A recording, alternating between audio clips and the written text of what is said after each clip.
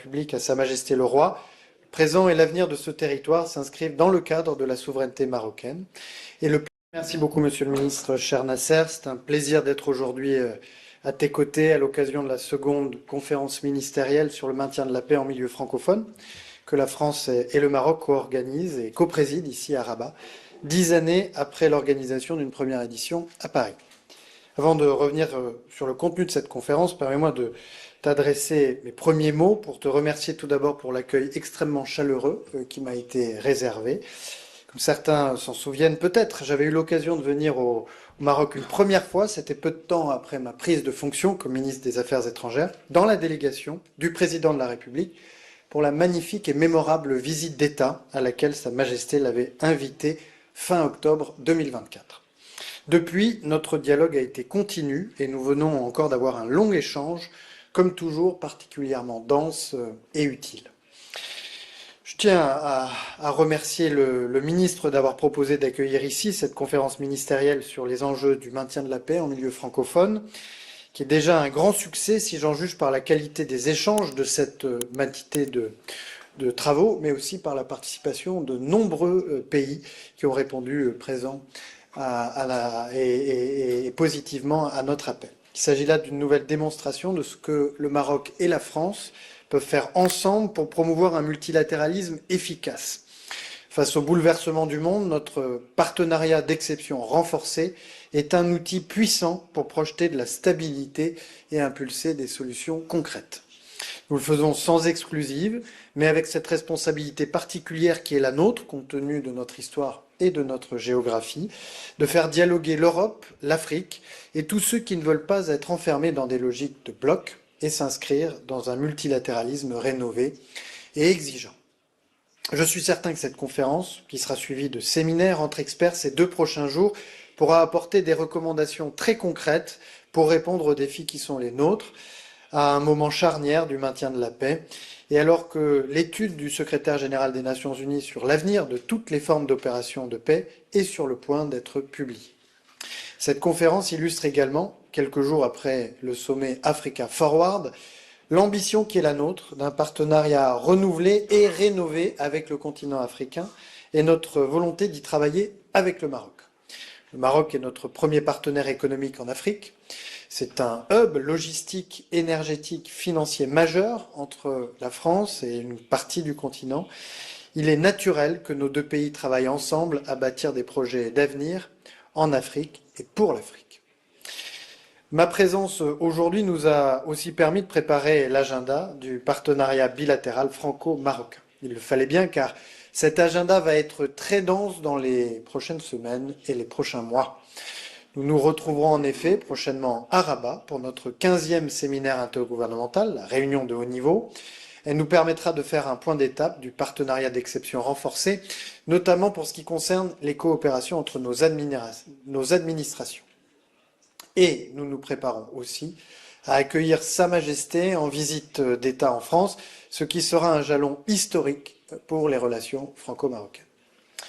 Je voulais revenir sur quelques points qui me semblent à cet égard essentiels. D'abord, beaucoup a été fait depuis la visite d'État de l'automne 2024. Les chefs d'État avaient fixé une feuille de route claire et ambitieuse.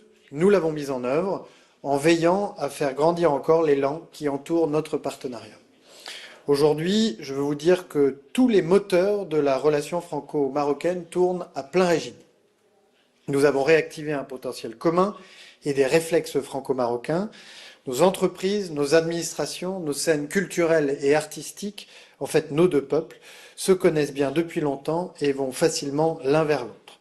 C'est peut-être une évidence, mais je veux le rappeler et dire que ces liens à nul autre pareil sont pour nous un atout extraordinaire.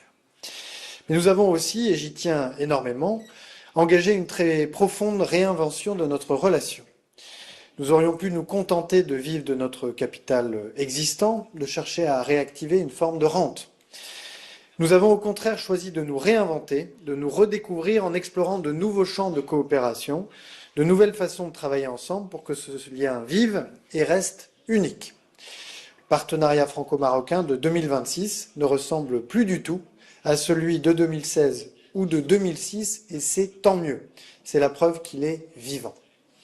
dans tous les domaines, que ce soit l'industrie, l'énergie, la sécurité, la défense, le capital humain, la culture ou le numérique.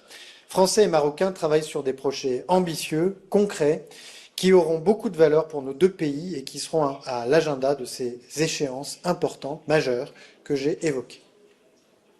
Nous avons aussi engagé un chantier unique en son genre, le ministre en parlait, celui d'un traité bilatéral entre la France et le Maroc. Pour le Maroc comme pour la France, rares sont les pays avec lesquels nous nous engageons dans une telle démarche. Pour ce qui concerne la France, il s'agirait du premier traité de ce type avec un pays non européen. Notre objectif est au fond assez simple dans son ambition, poser le cadre de la relation franco-marocaine pour les décennies qui viennent. Un cadre pour travailler et pour agir ensemble, un cadre pour faire vivre l'amitié et les échanges entre nos sociétés, un cadre pour exprimer ensemble une vision commune des grands défis qui nous entourent. Je suis heureux que cette perspective, qui confirmera que cette relation franco-marocaine est décidément et pour longtemps un modèle d'exception. Et je sais que le groupe des sages est en train d'y travailler activement. Pour finir, je veux revenir sur la question du Sahara, que je sais existentielle pour le Maroc, mais qui est aussi stratégique pour la France et pour la région.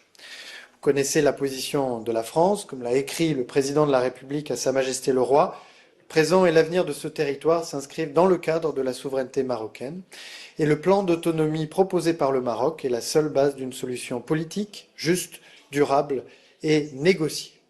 Le Conseil de sécurité des Nations Unies, dans sa résolution 2797, s'est inscrit dans cette logique, ne peut que saluer cette dynamique positive, ainsi que la reprise de discussions directes entre toutes les parties prenantes sur la base de ce plan d'autonomie.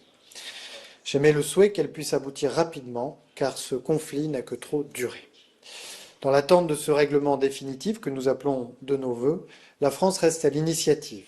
Nous n'attendons pas pour soutenir les importants efforts entrepris par le Maroc pour développer ces régions et agir au bénéfice des populations qui y résident. Comme je l'avais annoncé en 2024, nous avons désormais accru notre présence consulaire et nos activités culturelles avec l'ouverture d'un centre de dépôt des demandes de visa et la création d'une alliance française à Lyon. Nous venons d'y inaugurer une nouvelle école, nos entreprises y investissent, l'Agence française de développement et nos opérateurs les accompagnent et cela ne fait que commencer. Monsieur le ministre et cher Nasser, c'est avec résolution, enthousiasme, mais aussi respect et amitié pour le Maroc et les Marocains que j'entends travailler avec toi à la tâche que nous ont confiée nos plus hautes autorités, aller plus haut, plus loin et plus fort ensemble. Alors, merci beaucoup pour l'accueil chaleureux qui m'a été réservé et je t'attends bientôt, le plus prochainement possible, à Paris.